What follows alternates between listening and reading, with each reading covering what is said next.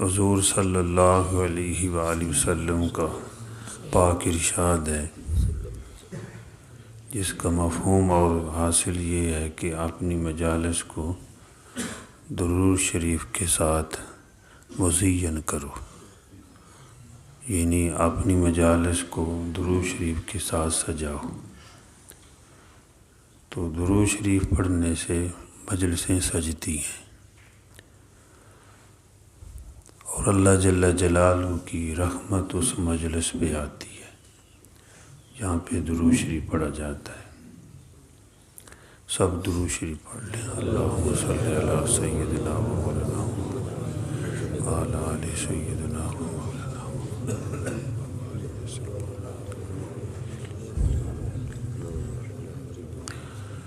مومن کی مجلس، مسلمانوں کی مجالس، یہ اعمال کے ذریعے چمکتی ہیں۔ اعمال کی برکت سے یہ چمکتی ہیں، ان کی چمک آسمانوں تک پہنچتی ہے۔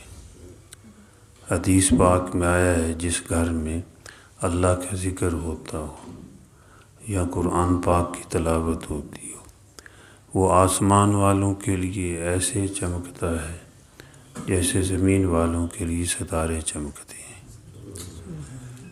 تو اعمال کی برکت سے چمک بہت دور تک جاتی ہے، اور پھر اس اللہ کے نام کی برکت سے ساری کائنات چلتی ہے۔ جب اللہ کا نام دنیا میں نہیں لیا جائے گا، اللہ جل جلالہ اس دنیا کی چمک دمک کو، اس رونق کو ختم کر دیں گے کہ اب میرا نام لینے والا کوئی نہیں رہا، بس ہم دنیا کو ختم کرتے ہیں۔ کہ اللہ کے نام کی برکت سے دنیا کی چمک دمک باقی ہے۔ پھر اس نام کا اہتمام کرنا چاہیے کہ ہم اس کا نام لیتے رہیں۔ ایک آسان طریقہ یہ بھی ہے کہ ہر کام میں بسم اللہ پڑھ لیں۔ بسم اللہ کے بارے میں حضور صلی اللہ علیہ وسلم کا ارشاد مبارک ہے کہ یہ اللہ کا نام ہے۔ تو اللہ کا نام لیا جائے گا تو دنیا باقی رہے گی، دنیا ختم نہیں ہوگی۔ تو اس کی برکت سے جو نام لے رہا ہے، ساری دنیا کا نظام چل رہا ہے، تو اللہ اس کی زندگی کا نظام نہیں چلائیں گے، اس کی زندگی بھی اچھی بنے گی۔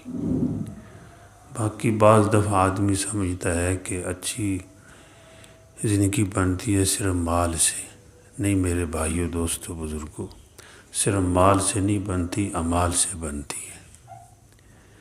اعمال کی برکت سے اچھی زندگی بنتی ہے، دنیا کی بھی آخرت کی بھی۔ مال اللہ پاک دے تو اس کے ذریعے آدمی نیک اعمال کرے۔ تو سب درود شریف پڑھ لیں۔ اللہم صلی علی سیدنا و مولانا محمد وعلی آل سیدنا و مولانا محمد وبارک وسلم صلی اللہ علیہ نبی۔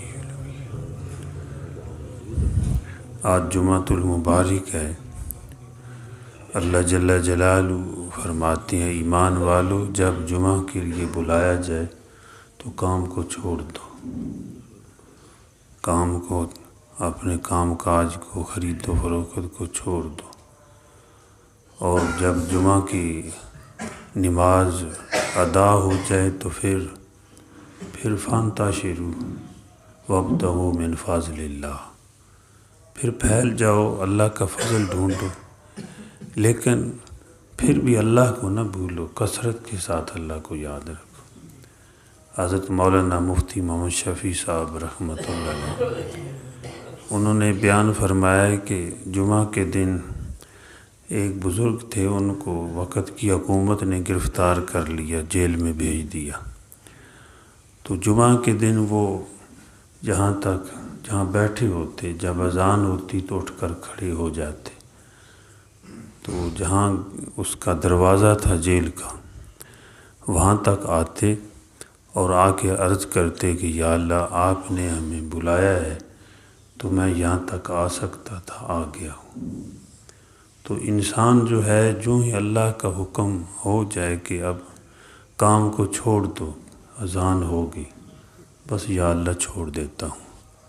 یقین کریں اس دور کے اندر بھی جن لوگوں نے اللہ کے حکم کو پورا کرتے ہوئے دنیا کو ٹھوکر لگائی، اللہ پاک نے ان کے گھر میں دنیا بھیجی۔ آج اس دور کے اندر بھی دیکھا جا رہا ہے، اور اس پر واقعات ہیں اور مشاہدہ ہیں۔ ایک تو ہے سنی سنائی باتیں، ایک ہے لوگ موجود ہیں دنیا میں، اللہ پاک جن کو دے رہے ہیں۔ اس طرح بھی حرام آیا ٹھوکر لگا دی، نہیں حرام لینا، اللہ پاک نے دوسرے دروازے سے پھر حلال بھیجا، اور جب حلال آتا ہے تو پھر نسلیں کھاتی ہیں۔ اللہ پاک مجھے بھی اور آپ کو بھی، بلکہ پوری دنیا کے مسلمانوں کو عمل کی توفیق عطا فرمائے۔ الحمدللہ رب العالمین، والصلاة والسلام علی سید المرسلین۔